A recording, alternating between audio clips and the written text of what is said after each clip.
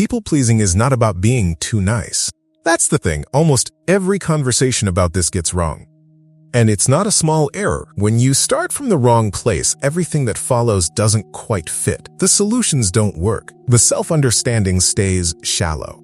And the pattern continues, because you've been treating a survival response like it's a personality trait. This video is about what it actually is, not a diagnosis, not a flaw, something more specific and more forgivable than either of those. By the end, the story you've been telling about yourself around this is going to look different, and that matters. Because the story is the thing that's been keeping the pattern in place. There's a story most people in this pattern have been telling for a long time. It goes something like, I'm just a generous person.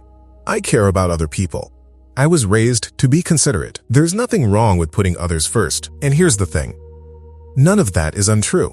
You probably are a generous person. You probably do care deeply about the people around you. That part of the story is real. But there's a part of the story that doesn't quite fit. And it's the part you probably notice most when you're alone. Genuine generosity doesn't usually feel like dread. Actual kindness doesn't tend to leave you sitting in your car, running through what you just agreed to, wondering how you got here again. Real care for other people doesn't generally produce the specific exhaustion that sleep doesn't fix. But that exhaustion is there, and it doesn't match the story. That gap between I'm just a caring person and the weight you're actually carrying is the thing worth paying attention to. Not because the caring isn't real, because it means the caring isn't the whole explanation. Here's what nobody says about this pattern clearly enough. It isn't a character trait. It's a nervous system response. And there's a significant difference between those two things. What researchers studying the Fawn response have documented is that the compulsion to appease, to accommodate, to make yourself easy to be around, this isn't something people choose. It's a threat response. As automatic as a flinch, as pre-conscious as the freeze before the yes. It developed the way all survival responses develop, in an environment where a different response, saying no, taking up space. Having needs that inconvenience someone produced something that felt dangerous. Maybe it was open conflict, maybe it was withdrawal of affection.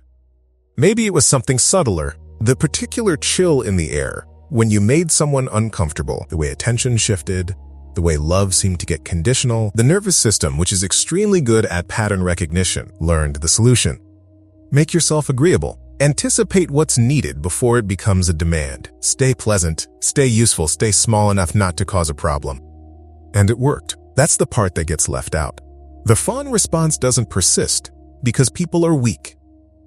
It persists because, at some point, it kept something safe, not a flaw, an adaptation. So here's the part that actually changes things. The story that people-pleasing is kindness wasn't an accident. It wasn't a lie you told yourself because you were in denial. It was the only story available that made the pattern livable. When a survival response runs constantly, when you're agreeing before you've had time to check in with yourself, managing everyone's feelings before your own, making yourself smaller as a reflex rather than a choice, you need a narrative that explains why. And because I'm afraid of what happens if I don't, isn't a narrative.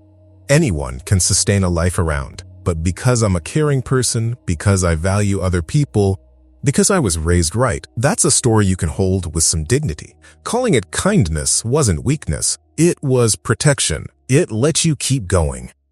The cost of that story is that it makes the pattern invisible. You can't examine a survival response you've reframed as a virtue. You can't change something that's masquerading as the best part of you, which is why so many people who understand this intellectually, who have read the books, tried the scripts, genuinely wanted to be different, stay stuck. Not because they lack willpower, because they're still working from the wrong frame. When you can see it as a nervous system response that made complete sense, given what you were working with.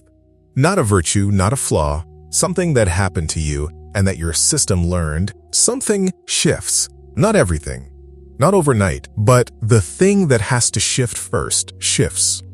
If what's here landed, and you want to go deeper, to understand the mechanism more fully, to see exactly how the Fawn response activates in your specific patterns, and to have something written down that you can return to, there's a resource in the description built for exactly this moment.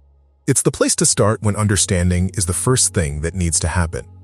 So what actually changes when the frame changes? Not the behavior, Not immediately. The nervous system doesn't update from a single realization. Anyone who tells you that understanding alone is enough has probably never been truly stuck in this pattern. But something that has never been available before becomes available. The moment of recognition. When you say yes before you've had time to check in with yourself, and something in you goes very still, that moment now has a different name. It's no longer just evidence that you care about other people. It's a nervous system firing at a pattern it learned a long time ago. And that is a different thing to be in relationship with. The self-condemnation that usually follows the "I did it again, why can't I just stop?"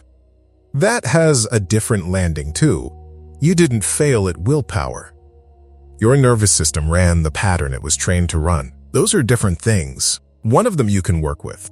And the shame that's been attached to this, the specific weight of knowing better and still not being able to change, starts to lift a little.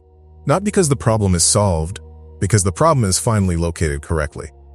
In the nervous system, in the history, in the adaptation, not in the character. If this opened something you want to go further with, the link in the description and the pinned comment will show you where the next step is. And if you're willing to share, what was the moment you realized the word nice didn't quite explain? What was actually happening in you? You didn't become this way because something went wrong with you. You became this way because, at some point, something went wrong around you, and you adapted. The adaptation was intelligent. It read the environment correctly. It kept something safe. The problem isn't that you're broken. The problem is that you're still running a program that was written for a situation you're no longer in. Your nervous system doesn't know that yet. It's still doing the job it was trained to do. What changes is not the pattern disappearing overnight. What changes is what you call it when it happens. And what you call it determines what you do next. When it's a character trait, the only response is to try harder, to summon more willpower, to make better decisions, to finally just be the person you know you should be. And you already know how that ends. When it's a nervous system response, when it's an adaptation that made complete sense given where you started, something different becomes possible. Not transformation. Not yet. But a different kind of relationship with the moment. A recognition. Rather than a verdict. That is where this starts. Not with a better strategy. With the right frame, which you now have.